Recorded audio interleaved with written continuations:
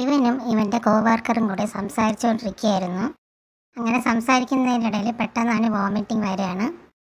അപ്പോൾ അവൻ്റെ കോവർക്കർ ചോദിക്കുന്നുണ്ട് എന്ത് പറ്റിയെന്നൊക്കെ. അപ്പോൾ അവൻ പറയുന്നുണ്ട് കുഴപ്പമൊന്നുമില്ല, ഞാൻ ബാത്റൂം യൂസ് ചെയ്തിട്ട് ഇപ്പോൾ വരാമെന്ന് പറഞ്ഞ് അവൻ ഓടുന്നുണ്ട്. അവൻ ഓടി വാഷ്റൂം ഏരിയയിലോട്ട് പോയി വോമിറ്റ് ചെയ്യുകയാണ്. അവൻ അത്യാവശ്യം നല്ല രീതിയിൽ നോസിയ പോലെ വരുന്നുണ്ട്. അതുപോലെ അവൻ നല്ല ടയേർഡുമാണ്.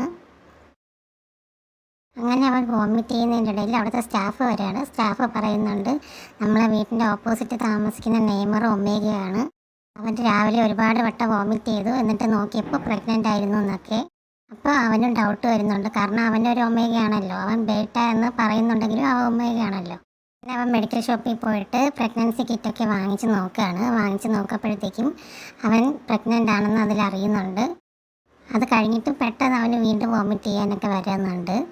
ആ പ്രഗ്നൻസി കിറ്റ് കയ്യിൽ പിടിക്കുമ്പോഴൊക്കെ അവൻ്റെ കൈ നന്നായിട്ട് ഷിവർ ആവുന്നുണ്ടായിരുന്നു പേടി കൊണ്ട്.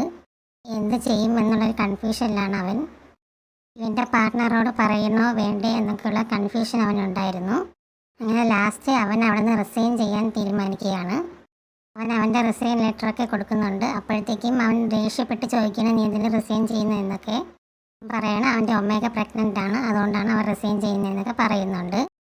അവൻ പ്രഗ്നൻ്റ് ആണെന്ന് പറയുന്നില്ല, നേരെ തിരിച്ച് അവൻ്റെ പാർട്ട്ണർ പ്രഗ്നൻ്റ് ആണെന്നാണ് അവൻ പറയുന്നത്. Thank you.